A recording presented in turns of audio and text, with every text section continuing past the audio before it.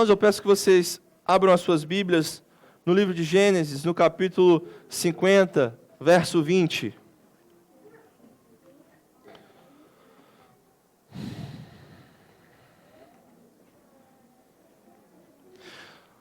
O texto da pregação de hoje está no livro de Gênesis, no capítulo 50, o verso 20.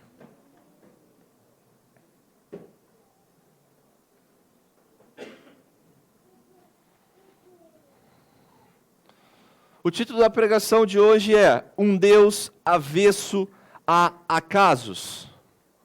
E o tema, o grande tema, que envolve toda a pregação, é o tema da providência. Nós temos acompanhado a série que o pastor Maurício tem pregado no livro de Ruth. E um dos grandes temas do livro de Ruth é justamente esse, o tema da providência. Hoje nós estamos interrompendo, só por um domingo, a nossa série de mensagens em Ruth, mas não sairemos desse tema. O pastor Maurício falou: Jonathan, será que tem como você continuar ali no mesmo tema da pregação para que nós aprendamos mais sobre isso e demos continuidade? Eu respondi: qualquer 50 conto no Pix aí, a gente está fazendo. Aí ele: então firmou, então está tudo certo. E aqui estou, para continuar nesse grande tema da providência, saindo do livro de Ruth, mas permanecendo no assunto. E nós vamos estudar esse tema da providência através de Gênesis 50, Gênesis capítulo 50, versículo 20. Diz assim a palavra de Deus, acompanhe comigo a leitura.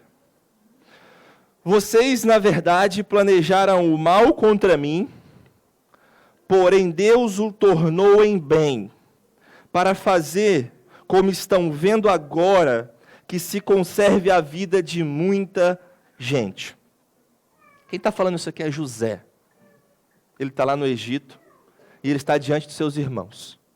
E ele diz isso: vocês planejaram o mal contra mim, porém Deus o tornou em bem, para fazer, como estão vendo agora, que se conserve a vida de muita gente. Essa é a palavra do Senhor. Vamos orar mais uma vez. Senhor, aqui está teu povo, e aqui também está a tua palavra. A revelação que o Senhor nos deu, ela é verdadeira e ela penetra no mais profundo dos nossos corações, e é isso que nós pedimos. Ensina-nos, Senhor, ensina-nos, no nome de Cristo.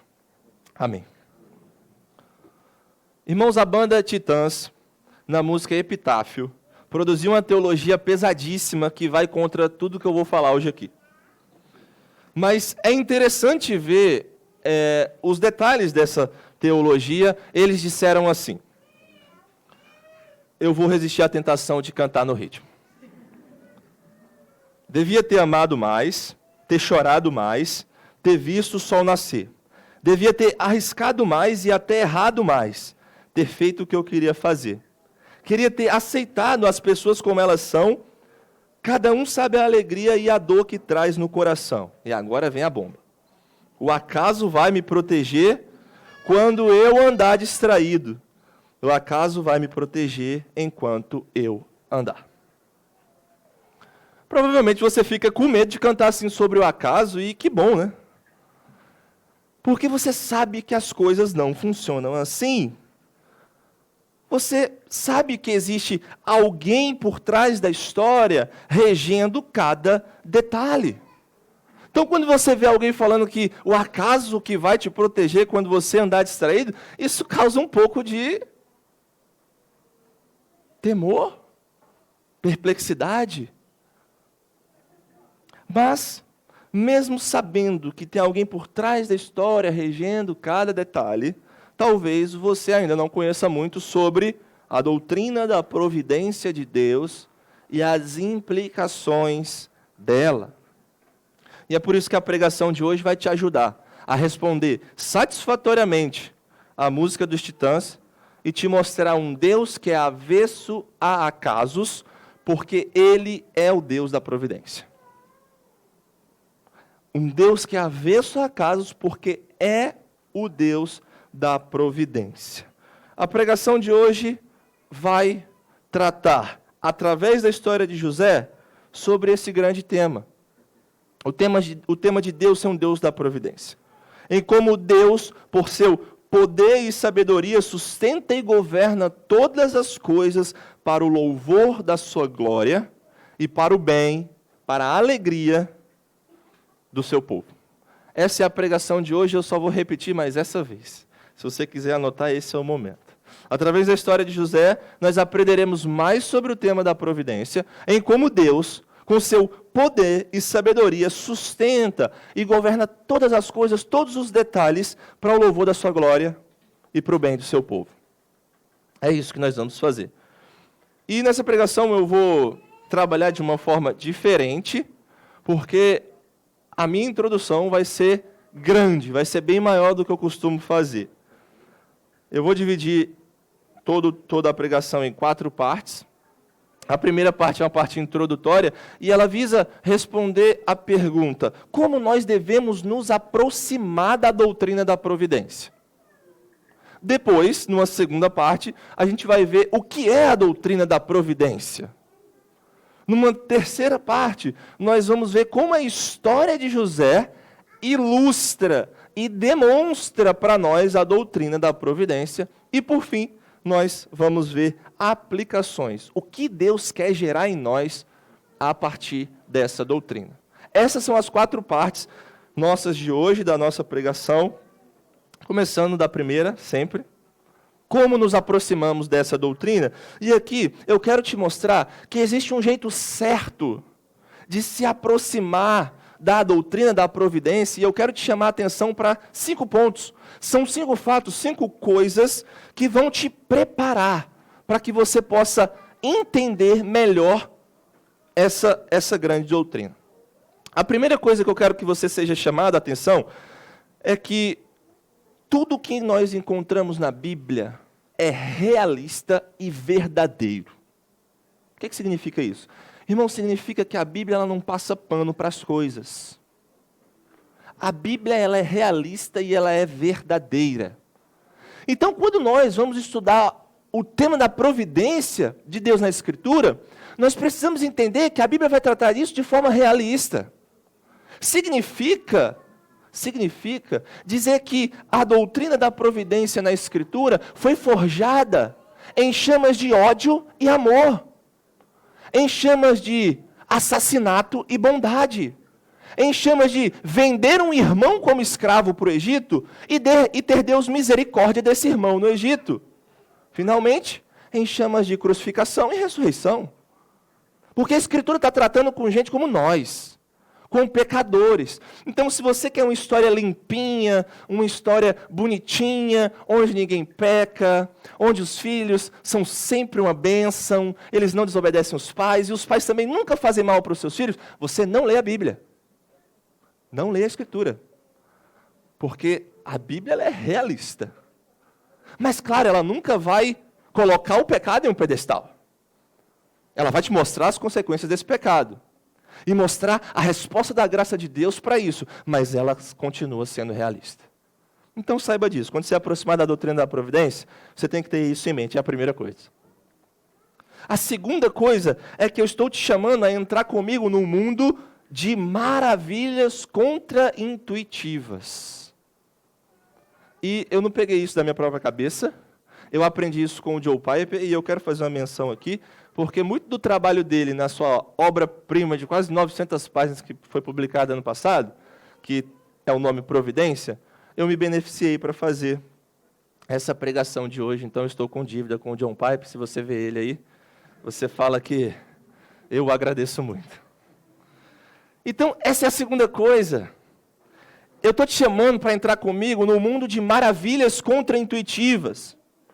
E o que isso quer dizer? É porque muitas vezes nós vamos nos aproximar de determinada doutrina e aí a gente é muito rápido para falar assim, isso não pode ser assim. Não, Deus nunca faria isso. Não, isso não pode ser assim. Mas muitas vezes o não pode ser assim está na sua mente e não na realidade bíblica. Por exemplo, no livro de Zacarias, Deus, na justiça de seu julgamento, ele levanta um pastor cruel contra o seu povo e depois ele envia condenação e julgamento contra o pastor que ele levantou. Olha só o que está no texto. Zacarias 11, 16 e 17. Porque eis que eu levantarei na terra um pastor que não cuidará das ovelhas que estão perecendo. Não buscará a desgarrada, não curará a que foi ferida, nem apacentará a sã. Mas comerá a carne das ovelhas gordas, e arrancará até as unhas delas. Ai desse pastor inútil que abandona o rebanho. A espada cairá sobre o seu braço e sobre o seu olho direito. O braço ficará completamente seco e o olho direito totalmente cego. Assim, Deus está levantando um pastor cruel por conta do pecado do seu povo, e depois, quando esse pastor comete a sua crueldade, Deus envia o julgamento. Outro exemplo está no livro de Abacuque. Ano passado, em janeiro também, eu preguei uma série no livro de Abacuque. Se você quiser ver, está lá no site da igreja, no YouTube. O grande tema do livro de Abacuque, o grande enredo, perdão, é que Deus está levantando uma nação cruel, que é a Babilônia, para ser como disciplina para o seu povo. E enquanto a Babilônia vai lá e faz o que o seu coração mau e pecaminoso quer, Deus também a julga. Essa é a maneira que você está acostumado de pensar os caminhos de Deus? Mas é isso que as Escrituras nos mostram. E para nós isso parece estranho, porque Deus suscitar um pastor cruel ou uma nação rebelde contra o seu povo, parece que está envolvendo Deus em algo pecaminoso. Ou então, o fato de Deus julgar esse pastor e julgar essa nação por seu pecado, parece condenar de forma caprichosa aquilo que ele mesmo ordenou. Mas é muito claro para nós na Escritura que Deus não é nem pecaminoso e nem caprichoso. Isaías 55, 9 diz que, assim como os céus são mais altos do que a terra, assim são os meus caminhos mais alto do que os seus caminhos, e os meus pensamentos mais alto do que os seus pensamentos, diz o Senhor. Tem coisas que para nós não faz sentido, mas a Escritura nos guia naquilo que Deus quis que nós soubéssemos. Então, quando entramos nesse mundo bíblico de maravilhas contraintuitivas, o meu desejo é que você deixe a palavra de Deus criar as categorias de pensamento. É que você não force a Bíblia segundo aquilo que você quer, ou que você acha que é o limite. E que fazendo isso você adore mais a Deus. É esse o objetivo. Amém? Nós estamos entrando num mundo bíblico de maravilhas contraintuitivas. É assim que a gente se aproxima da doutrina da providência. Terceiro, nós estamos entrando na realidade por meio de palavras. E eu estou dizendo isso porque providência é uma palavra que não está na Bíblia. Está chocado? Assim como trindade, assim como discipulado, assim como evangelização, assim como ética, assim como política, assim como outras coisas. Não está na Escritura. Mas nós usamos essas palavras que não estão na Escritura para fazer referência a uma realidade que está na Escritura. Então, quando nós usamos a palavra providência, que não está na Bíblia, nós queremos fazer justiça à verdade que está na Bíblia. É isso que os mestres da palavra, é isso que os teólogos, é isso que os pastores fazem. Eles estudam a Escritura e veem o que o Senhor diz na Escritura, e através de palavras expressam a verdade, a realidade para nós. Essa é uma verdade que você precisa entender quando nós aproximamos dessa doutrina. Quarto, nós estamos adentrando um mundo centrado em Deus. Isso aqui é essencial. Nós estamos adentrando um mundo centrado em Deus, e você precisa entender que o envolvimento de Deus na sua criação e com as suas criaturas é pessoal e central. E os escritores bíblicos demonstram a proximidade de Deus com o mundo que Ele mesmo criou. O mundo não é engrenagens de um mecanismo impessoal que está por aí pelo acaso. Não, o mundo não é assim. O mundo é o mundo de Deus, a criação é sustentada e governada pelo Senhor, as criaturas são sustentadas e governadas pelo Senhor. Até aqueles que não são filhos de Deus, Jonatas. Sim. Sim. O Senhor sustenta a vida desse mundo. O Senhor sustenta cada detalhe e você precisa entender que o mundo é centrado em Deus e não centrado em você. Mateus 6,26 diz assim, escute atentamente. Jesus está dizendo, observem as aves do céu que não semeiam, não colhem, nem ajuntam em celeiros, no entanto, o Pai de vocês que está no céu a sustenta. Será que vocês não valem muito mais do que as aves? Ele continua nos versos 28 a 30. E por que vocês estão se preocupando com o que vocês vão vestir? Observem como crescem os lírios do campo, eles não trabalham, nem fiam. Eu, porém, afirmo a vocês que nem Salomão, em toda a sua glória, se vestiu como qualquer deles. Ora, se Deus veste assim a erva do campo, que hoje existe e amanhã é lançada no forno, não fará muito mais por vocês, homens de pequena fé. O que Jesus está dizendo aqui, irmãos, é que Deus cuida para que as aves do céu encontrem seus vermes e para que os lírios do campo vistam suas flores. E Jesus não está brincando. Jesus não está brincando com palavras. Jesus não está falando um negocinho só para te chamar a atenção. Ele está falando a verdade. O argumento só é válido se isso for verdadeiro. Jesus realmente acredita que a mão de Deus está em atividade nos mínimos detalhes da criação. Isso é muito mais enfatizado em Mateus 10, 29 a 31. Escute de novo. Não se vendem 2 pardais por uma moedinha, diz o Senhor Jesus.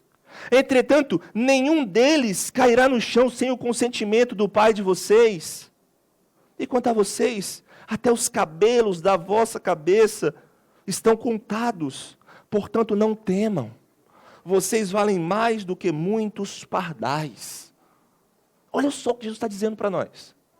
Ele não só cuida para que os vermes sirvam de alimento para os pássaros, ele não só veste os lírios do campo, como ele sabe e decide quando cada passarinho do mundo, os incontáveis milhões deles, cai e morre no chão. Você acha que ele não vai cuidar de você?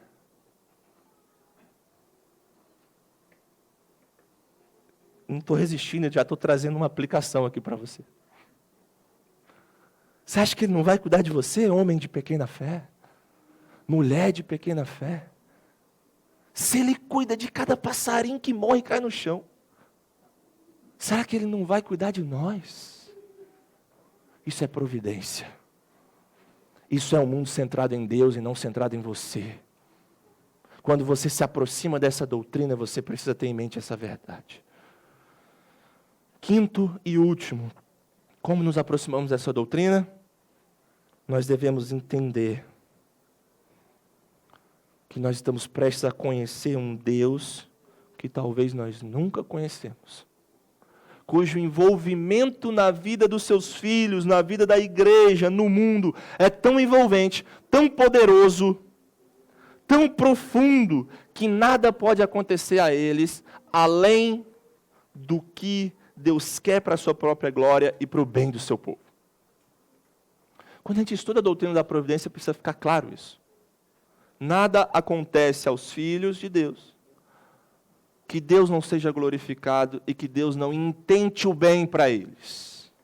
Não é bem segundo as suas próprias categorias. Lembra do ponto anterior? O mundo é centrado em Deus e não em você?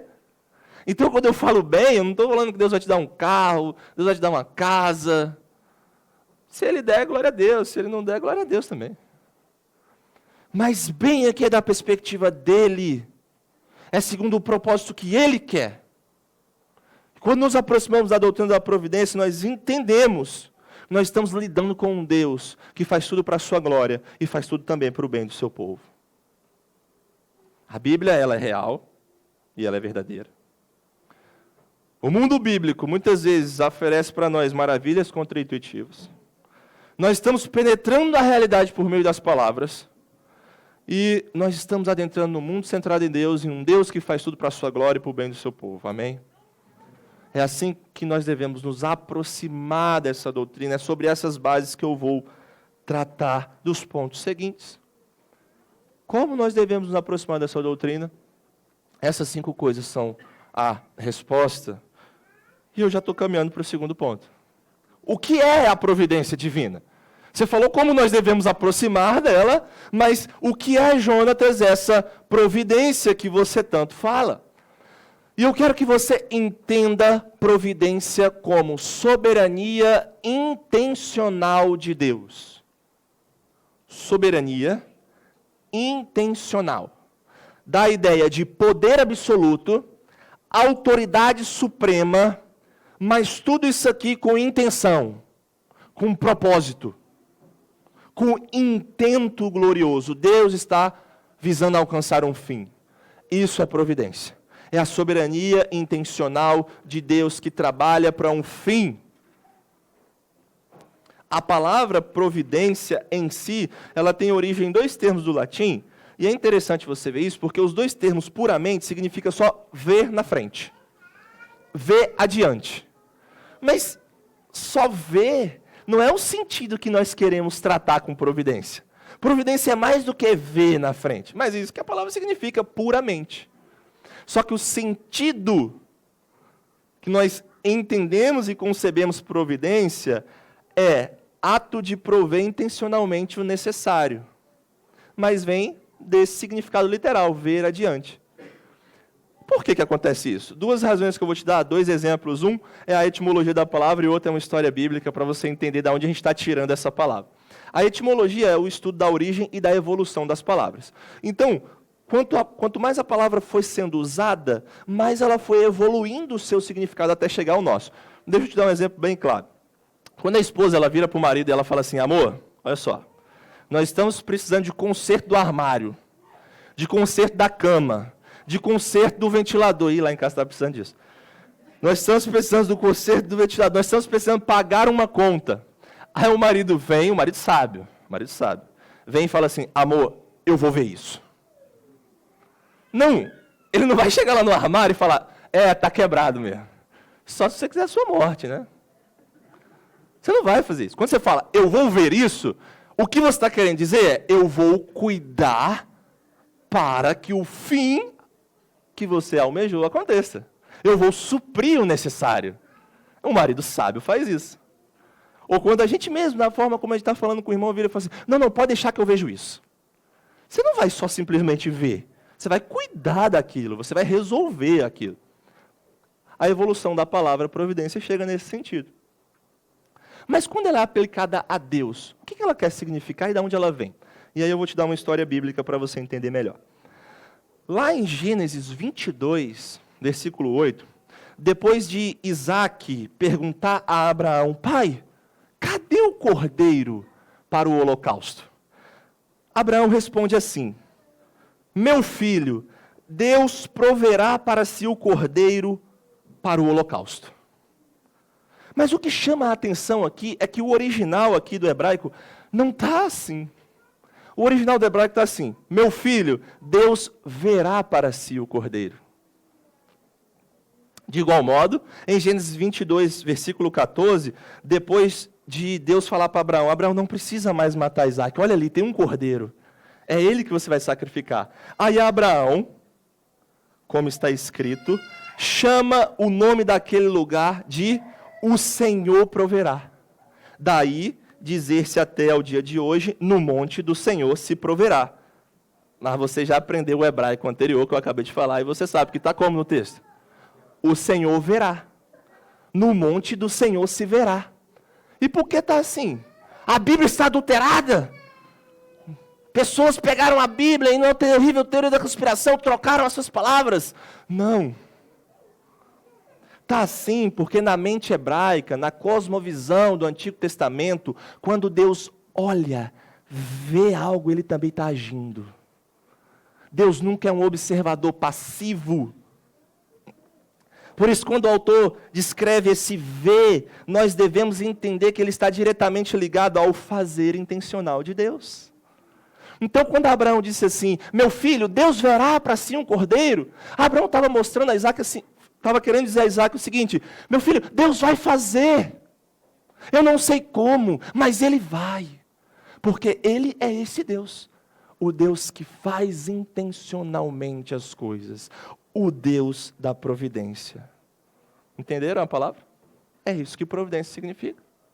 E aí os escritores da Confissão de Fé Batista de 1689, ao se deparar com essa realidade, eles fizeram um parágrafo de definição do que é providência. E essa é uma das melhores definições históricas que a gente tem. É um copia e cola da Westminster? É. Com alguns detalhezinhos diferentes? Sim.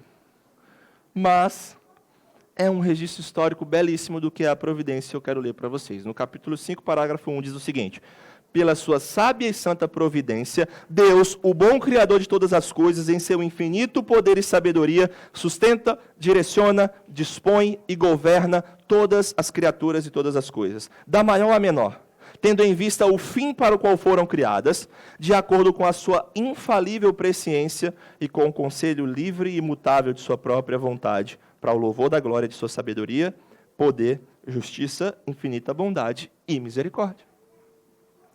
Isso é soberania intencional. É sábia, é santa, envolve poder e autoridade de Deus. E Ele faz tudo para o quê?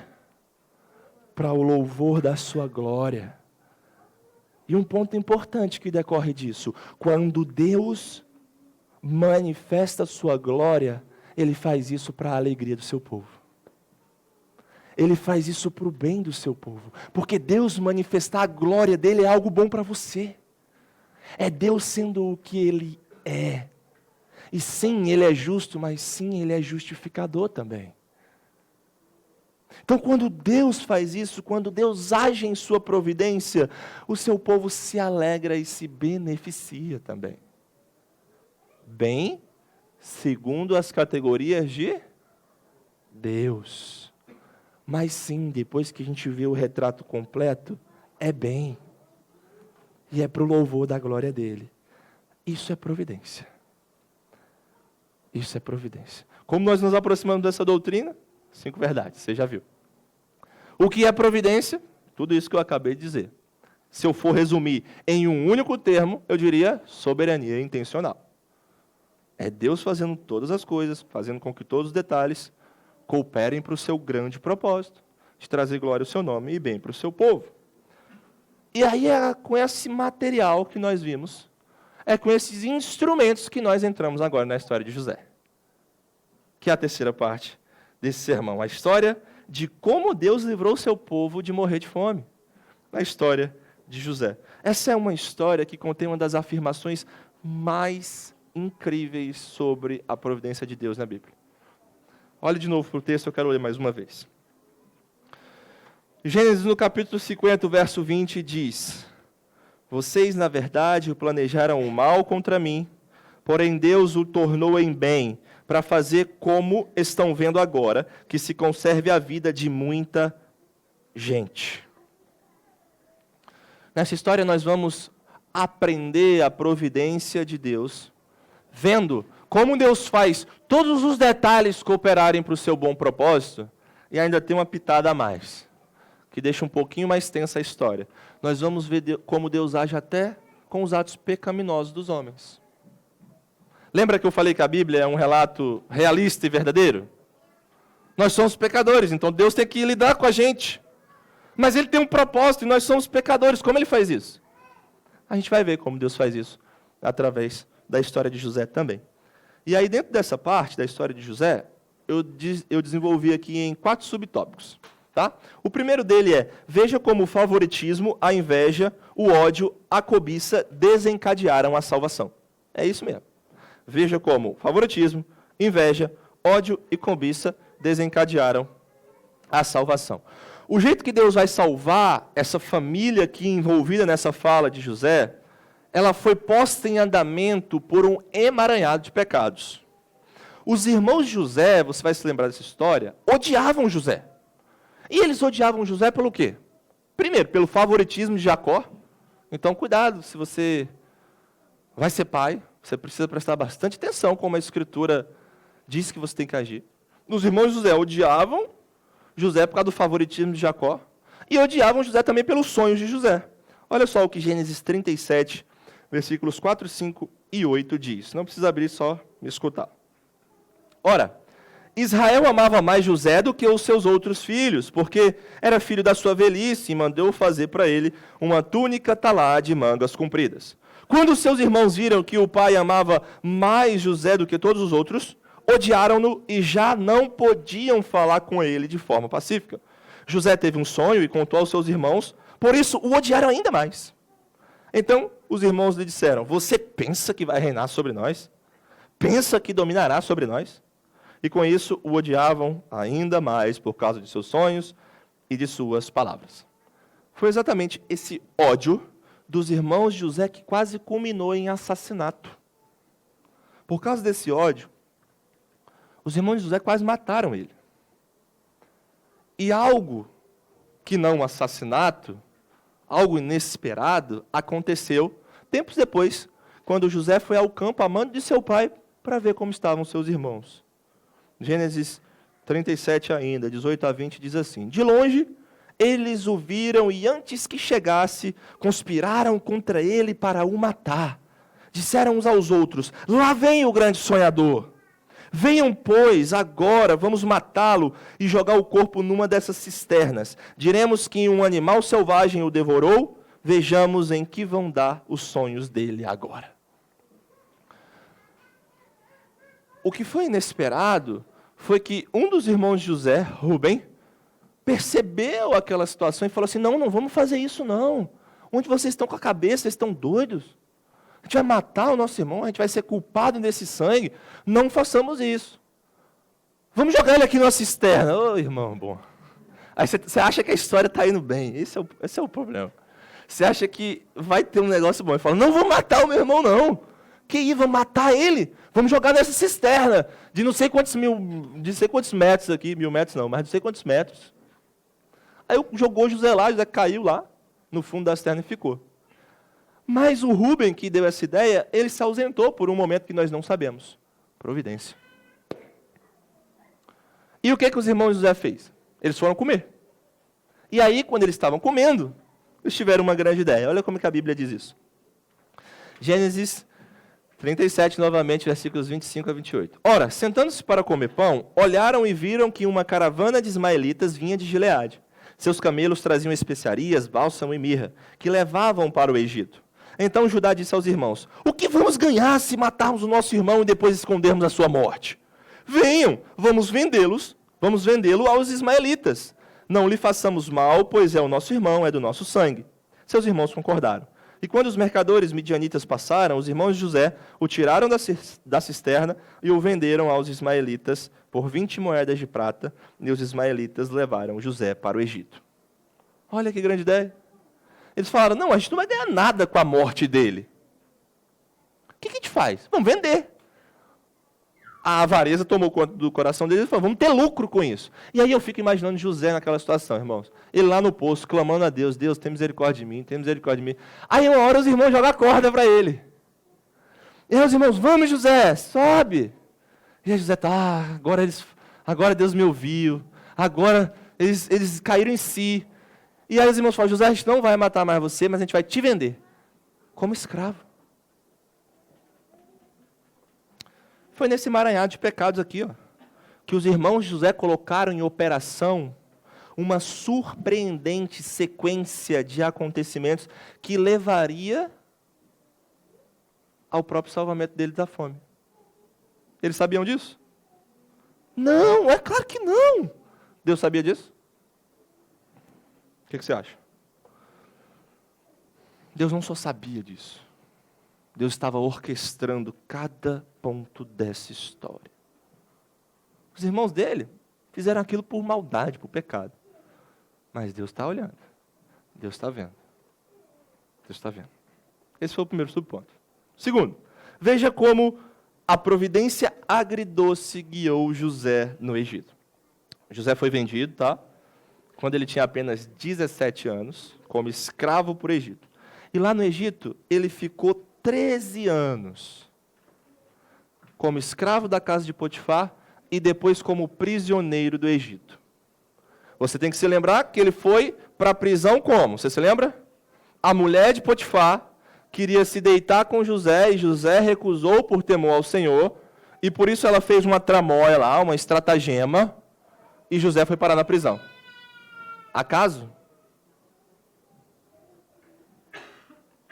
É lá da prisão, com 30 anos de idade, que José é chamado à presença do faraó. Ele é chamado a interpretar os sonhos que ninguém conseguia interpretar. E ele faz. Capacitado pelo Senhor, ele faz.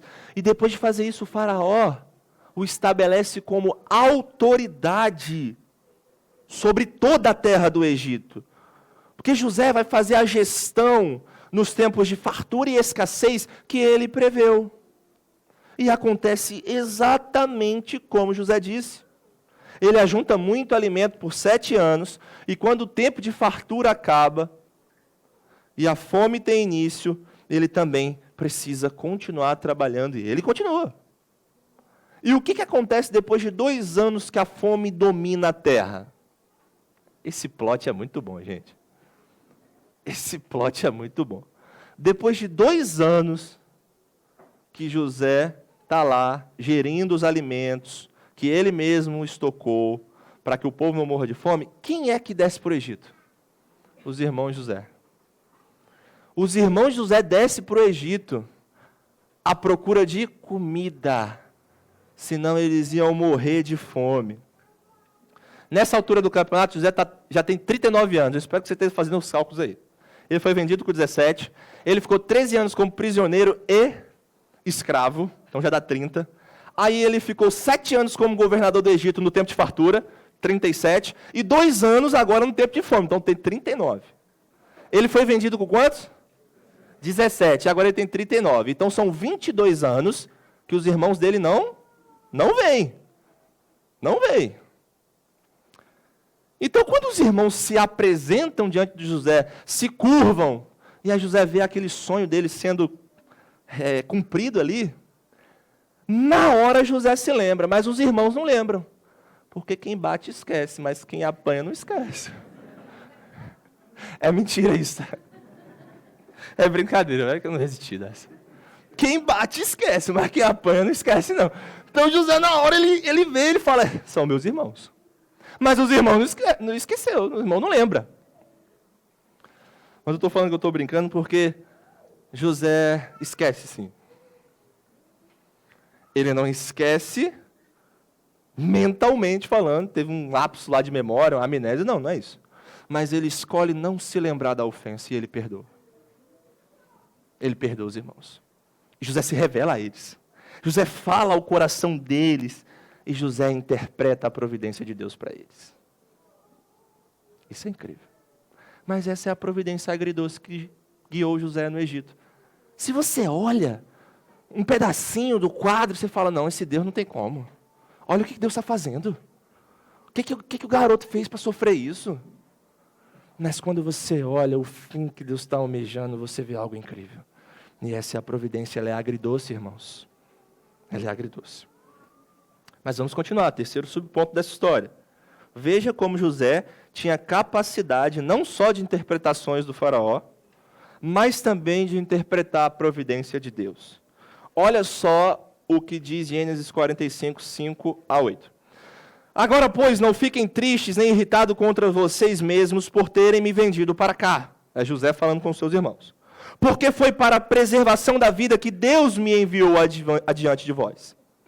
Porque já houve 2 anos de fome na terra, e ainda restam 5 anos em que não haverá lavoura nem colheita.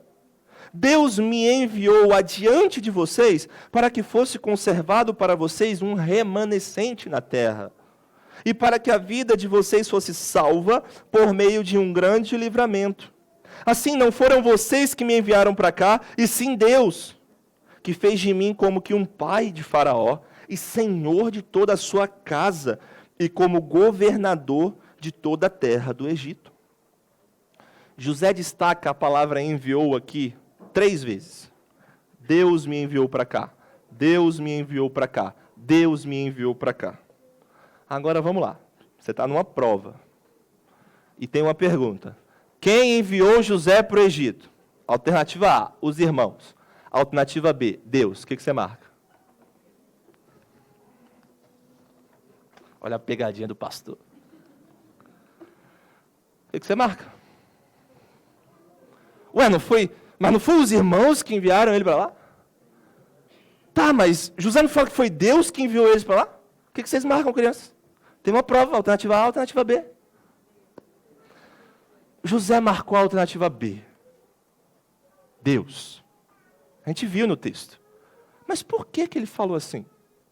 Porque quando José diz que não foram os seus irmãos, mas Deus que o enviou para o Egito, ele está mostrando o seguinte: a intenção dos irmãos de vendê-lo em troca do ganho egoísta foi pecaminosa, foi errada. E sim, foi o jeito que José foi para o Egito. Mas a intenção de Deus nesse ato era bem diferente. A intenção de Deus não era pecaminosa, a intenção de Deus era salvadora. E o enviar de Deus foi motivado por amor ao seu povo. Foi para a preservação e é isso que prevaleceu. Sim, os irmãos dele venderam. Sim, Deus enviou. É como se Deus olhasse para a história e falasse assim: esse ato de maldade, esse ato pecaminoso não vai prevalecer sobre o meu plano. O que vai prevalecer sobre o meu plano é o meu ato salvador. Então, quando José percebe que Deus fez isso, ele diz: foi Deus que me enviou para cá. Foi Deus quem fez isso. Foi para esse propósito que as coisas se encaminharam. Seus irmãos pecaram sim, não pecaram? Eles são responsáveis pelo pecado? Claro que são! Mas Deus também coordenou tudo para que acontecesse e cooperasse para a sua redenção. Isso é providência? Sim. Isso é providência. Quarto e último subtópico dessa parte. Veja a interseção da vontade divina com o querer humano em um único ato. E aqui a gente está subindo um solo difícil. A gente está subindo um solo difícil e esse é o quarto ponto dessa sessão. Porque nós estamos chegando bem no ápice da revelação, que é o grande tema da pregação de hoje, é o que nós estamos vendo. No contexto, os irmãos de José, eles elaboraram um pedido de desculpas a José em nome de Jacó. Porque os irmãos de José pensaram assim: olha, o nosso irmão falou que nos perdoou, ele falou que foi Deus que enviou ele para cá, mas a gente sabe que foi a gente, né? Aí, cá para nós, a gente sabe que foi a gente, temos culpa no cartório mesmo, o negócio está pesado. E os irmãos dele pensaram assim: é muito difícil ele ter perdoado de verdade. É muito difícil. É muito difícil. A gente acha que ele não fez isso. Então, quando Jacó morre, e é o contexto aqui do capítulo 50 de Gênesis, os irmãos de José falam assim: olha, a gente agora vai sofrer nas mãos do nosso irmão, ele vai ser vingativo com a gente. Então, o que a gente vai fazer? A gente vai mandar um mensageiro a José, dizendo que Jacó, porque José amava Jacó, pediu para que ele nos perdoasse, pediu para que ele fizesse o bem para nós, pediu para que ele não fosse vingativo com a gente. E aí isso vai funcionar. E é exatamente isso que eles fazem. Eles vão lá, eles mandam um mensageiro, e o mensageiro diz isso. E o que José faz? O que José faz? José chora, porque ele já tinha perdoado os irmãos. Não precisava de nada daquilo. Aquilo não precisava acontecer. Os irmãos dele não precisavam ficar com medo. E aí então José vai e diz o que nós lemos no início e no meio, e eu vou ler de novo agora. Gênesis 50, 19 a 21. José respondeu: não tenham medo. Será que eu estou no lugar de Deus? Vocês, na verdade, planejaram o mal contra mim, porém Deus o tornou em bem para fazer, como estão vendo agora, que se conserve a vida de muita gente. Portanto, não tenham medo, eu sustentarei vocês e os seus filhos. E assim José consolou e lhes falou ao coração. Eu fiz uma pregação, irmãos, nesse mesmo texto, mas pegando mais versículos, há algum tempo atrás, também está lá no YouTube da igreja, e o foco que eu dei nessa pregação foi para o perdão. A temática maior era o perdão. Então, se você quiser ver sobre o perdão, você procura lá. Só que hoje o foco maior é a providência de Deus. Vocês intentaram o bem contra mim, Deus tornou. Vocês intentaram o mal contra mim, Deus tornou em bem. E aí, analisando esse foco da providência de Deus, eu vejo que a melhor tradução do hebraico bíblico aqui, a mais precisa, não é a que nós temos conosco, a NAA. Por isso, me permita ler como está na ACF, Almeida Corrigida Fiel. Diz assim, o mesmo texto. Vós bem intentastes mal contra mim, porém Deus o intentou para bem, para fazer como se vê nesse dia, que se conserve a vida de muita gente. Eu poderia dar muitas informações aqui sobre esse hebraico, mas não tem necessidade. O que você precisa já está nessa tradução, e é só você perceber. Vós bem intentastes mal contra mim, Deus o intentou para bem. A maioria das traduções em inglês trazem exatamente assim. Só que a maioria das nossas traduções em português traz diferente. Traz usou, transformou. Só 4 traduções, né, que é a Corrigida Fiel, a tradução brasileira, a TB, a King James, de 1611, e a NVT, que trazem essa ideia de Deus intentou. E por que eu acho que isso é importante? Por que eu acho que isso é importante? Porque, primeiro, é assim que o texto está, mais literalmente. Vocês intentaram mal, Deus o intentou para bem. E segundo, porque Deus aqui, na vida de José, não simplesmente usou o mal. Deus não simplesmente transformou o mal. Porque Deus não fez isso. O mal que os irmãos de José fizeram continua sendo mal. O mal é mal. Eles pecaram, são responsáveis, ponto final. Então, quando a gente fala tornou, talvez dê a ideia de transformou, mas não é bem assim. Na verdade, o que o texto está dizendo para nós é que os irmãos de José intentaram os seus atos pecaminosos. Só que Deus intentou que aquela situação cooperasse para outra coisa que não o mal. Os irmãos de José intentaram seus atos pecaminosos, mas Deus destinou até aqueles atos pecaminosos dele para que cooperasse para o seu propósito salvífico. Então, da parte dos irmãos de José, as motivações foram pecado. Acabou. Mas da parte de Deus, as motivações foram salvação. As motivações de Deus foram redenção, foram preservação, foi bem. E aqui está essa interseção da vontade de Deus se fazendo e do querer humano também. E essa interseção nem sempre ela é fácil de entender. E ela vai ser sempre um mistério para nós. Mas o que eu quero chamar sua atenção para perceber é que o querer humano pecaminoso, nesse caso aqui, ele não foi simplesmente usado por Deus depois de ter acontecido. Pelo contrário, esse ato pecaminoso foi destinado por Deus, orquestrado por Deus para cumprir os seus propósitos. Então, vocês entenderam por que eu chamei a atenção para a palavra? É porque ela está escondendo uma verdade muito mais profunda. Nisso tudo, quando Deus faz isso, quando Deus intenta isso, Ele faz isso de modo que Ele mesmo não peque. De modo que Ele não se contamine com o mal, de modo que Ele não é caprichoso, mas a sua sabedoria, a sua justiça e a sua bondade são tornadas evidentes.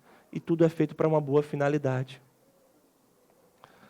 Então, nesse momento crítico, de quando os irmãos de José falaram assim, olha, a gente vai vender ele.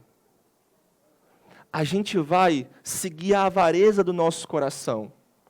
A gente vai mandar o nosso irmão como escravo para o Egito. E eles fizeram isso só para o mal. Antes de acontecer isso, Deus tomou conselho com a sua sabedoria. Ele olhou os trilhões de fatores. Passado, presente, futuro. O que aquilo ia causar, como ia causar.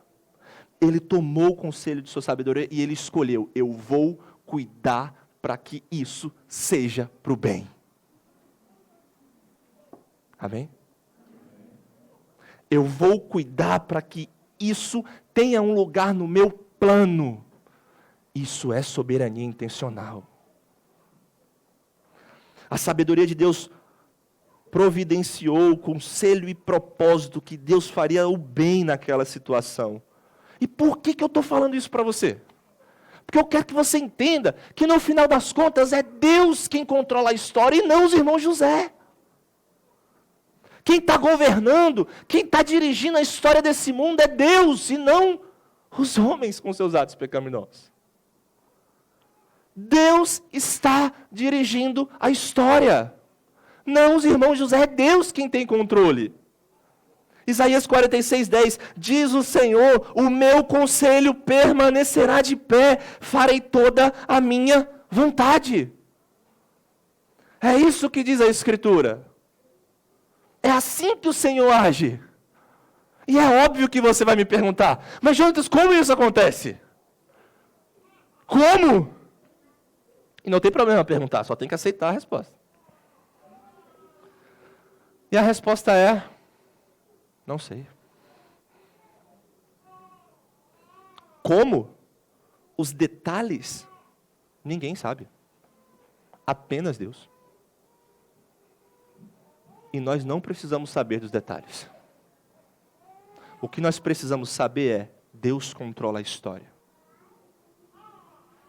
E Ele controla a história. Ele controla a história de José de um modo que ele faça o bem, que ele seja glorificado e que ele não se contamine com o mal, ao mesmo tempo que o homem continua sendo responsável por todos os seus atos. Como dois atos de vontade, um humano e pecaminoso, e outro divino e justo, trabalham juntos para realizar uma obra, de modo que os irmãos José sejam culpados, e Deus não peque, e tudo aconteça como Deus quer? Não sei. Mas o que eu sei? Eu sei exatamente isso. Que essas coisas acontecem. Mas Deus sabe. Na mente dele está tudo perfeito, mas Ele não quis revelar para nós. Ele não quis revelar os detalhes. E faz parte da sabedoria saber até onde nós podemos ir. Deuteronômio 29:29 diz o quê? As coisas reveladas são para nós. As ocultas são de Deus. Então, até onde está revelado, e até nesse ponto, eu vou. E aqui eu paro. Eu paro e adoro. Eu paro e me rendo diante de um Deus que controla a história. Os irmãos José fizeram exatamente o que o seu coração pecador queria. Eles não foram coagidos. Eles não foram obrigados a vender José. Eles fizeram exatamente como eles queriam. E eles foram responsáveis por isso. Eles precisaram de perdão. José perdoa eles, não perdoa? E mesmo assim Deus planejou tudo para que acontecesse.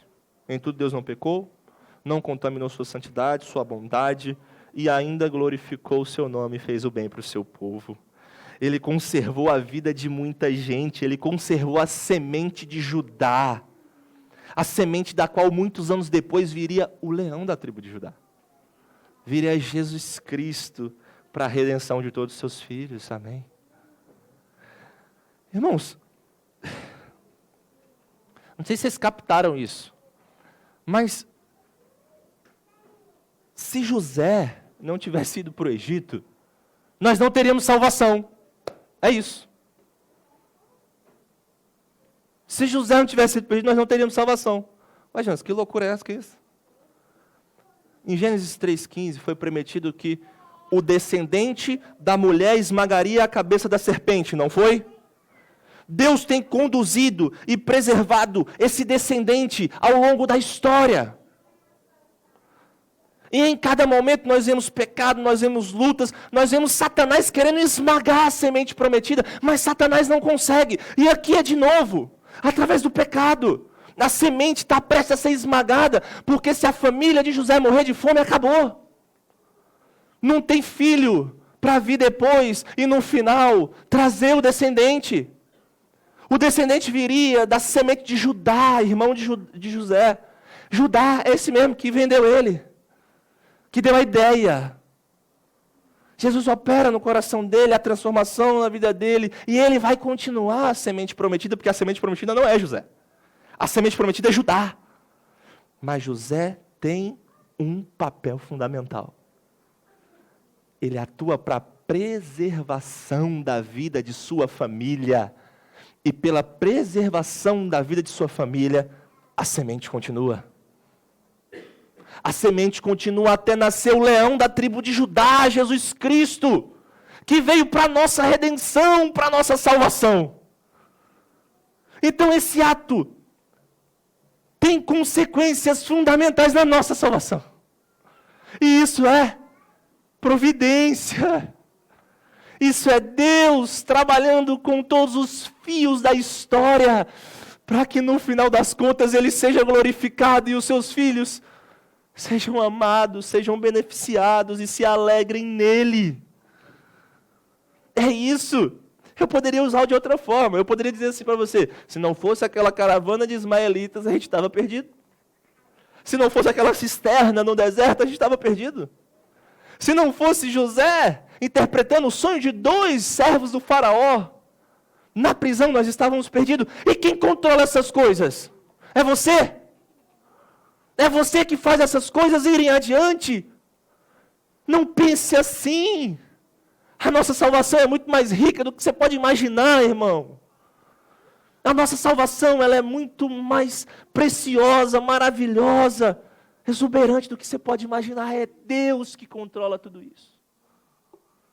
Então essa cena aqui, se não acontecesse exatamente desse jeito, nós não teríamos salvação. E essa é a grande obra de tapeçaria de Deus. É Deus costurando todos os fios para que no final das contas tenha um retrato belo da sua glória. Estênio Márcios, na música Tapeceiro, né? Já disse, se você olha do avesso, você nem imagina o desfecho. Porque no fim das contas, tudo se explica. Tudo coopera para o meu bem. Essa é a providência de Deus.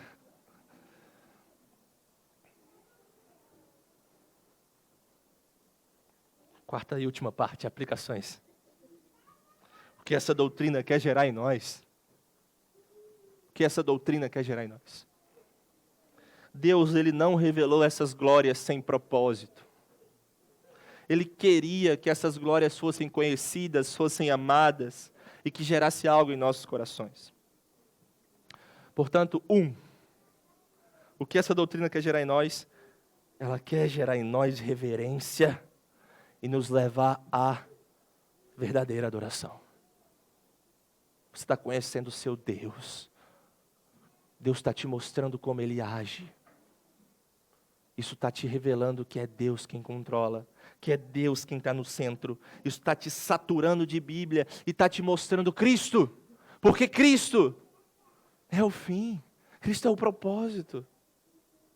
Então, quando você conhece essa doutrina, a sua adoração ela é aprofundada, porque você conhece mais de Deus, mais da Bíblia e exalta mais a Cristo.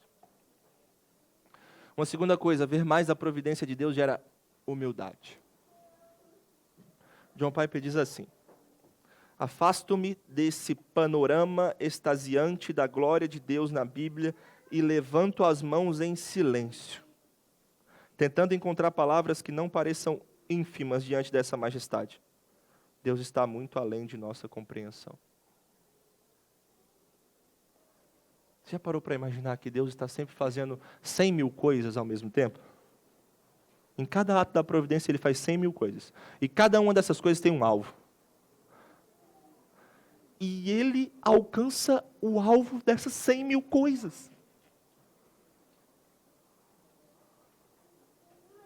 E nós não conhecemos nenhum por cento delas. Humildade. Eu sou restolho de pó que foi soprado por Ele. Como é que eu vou vir diante do meu Criador e falar, não tem que ser assim? Ele está fazendo coisas que eu não posso imaginar. Ele está realizando propósitos, impactando vidas, impactando nações, impactando governos, cuidando da criação, sustentando os lírios do campo, sustentando as aves do céu. E eu vou chegar diante dele e falar, não pode ser assim. Humildade. Terceira coisa que essa doutrina gera em nós é a realidade de que Deus cuida de você. Como eu disse lá na introdução, Deus cuida de você. Se Ele controla todos os detalhes, como eu disse aqui, será que Ele não tem poder para trabalhar e para tomar conta de você, filho dele? Se Deus cuida de todos os detalhes da história, será que não cuidará de você, homem e mulher de pequena fé? Por que vocês estão andando ansiosos, então? Por que vocês estão andando com medo? Deus cuida. Deus cuida. A última. Vou me adiantar um pouco, caminhando para o final já. Essa soberania intencional de Deus, essa providência de Deus, inclui também o sofrimento. E essa é a aplicação. Ué, mas qual é a notícia boa? A notícia boa é que Deus também tem controle sobre o sofrimento. E qual é o encorajamento para você? O encorajamento é que Ele não te dá mais do que você pode suportar. Isso significa que mesmo quando as provações de Deus ao seu povo são intensas, é Deus quem te dá o poder de sustentar, de ficar de pé e de ser conduzido à glória. Quando eu digo que Deus tem controle sobre o sofrimento, eu quero que você entenda que Ele está te moldando também. Que existe um peso de glória para nós, quando todas as coisas forem consumadas. Que existe propósito e sentido no sofrimento, sim. E esse propósito é administrado por um Deus bom, que cuida dos seus e que faz tudo para a sua glória, amém? É com essas verdades que você continua. Você conhece outra história? Que envolve os temas de providência, pecado e salvação ao mesmo tempo? Onde até os atos pecaminosos dos homens têm lugar no plano de Deus e resultam para a glória de Deus e para o bem do seu povo? Você conhece outra história? Sim, você conhece várias aí na Bíblia. Mas a principal delas é a história do nosso Senhor Jesus Cristo. Como explicou Pedro em Atos 2:23, Jesus foi entregue conforme o determinado desígnio e presciência de Deus, mas vocês, aqueles homens, aquela audiência, o mataram, crucificando-o por mãos de homens maus. Homens maus, em um ato de rebelião contra Deus, operaram para a crucificação de Cristo, mas eles não sabiam que o propósito de Deus para aquilo ali era o bem dos seus filhos e a sua própria glória. Eles realmente quiseram fazer isso, eles são responsáveis e responderão por sua maldade, mas foi só assim porque Deus entregou, porque Deus quis. E Ele providenciou cada detalhe de seu plano para que fosse realizado. Eles intentaram mal, porém Deus o intentou para o bem. E qual o propósito? O louvor. O louvor é o propósito. O louvor da glória na salvação de gente como nós. Foi para a preservação da vida. Foi para a preservação de pecadores como eu e você, de modo que pelos séculos dos séculos cantemos a riqueza da glória de Deus na face de Cristo. Que pelos séculos dos séculos esse seja o nosso hino. Deus seja louvado por Jesus Cristo. Foi para isso que Ele fez. Quem conheceu a mente do Senhor? Quem foi seu conselheiro? Quão inexplicáveis são os seus juízos, quão insondáveis são os seus caminhos. Porque dele, por ele, para ele, são todas as coisas. A Ele seja glória eternamente. Amém. Vamos orar.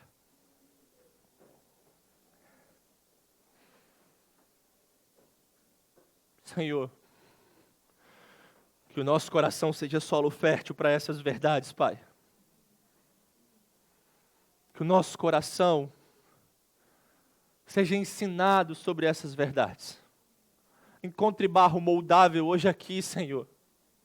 E molde conforme a Tua vontade, que é boa, perfeita e agradável. Ah, Senhor, nós louvamos pela riqueza da glória em Cristo. Nós louvamos pela sábia providência. Nós louvamos porque o Senhor trabalha e conduz toda a história. Sim, para a nossa alegria, para o nosso bem. Sim, para a sua própria glória. Ah, Senhor, o teu povo te louva.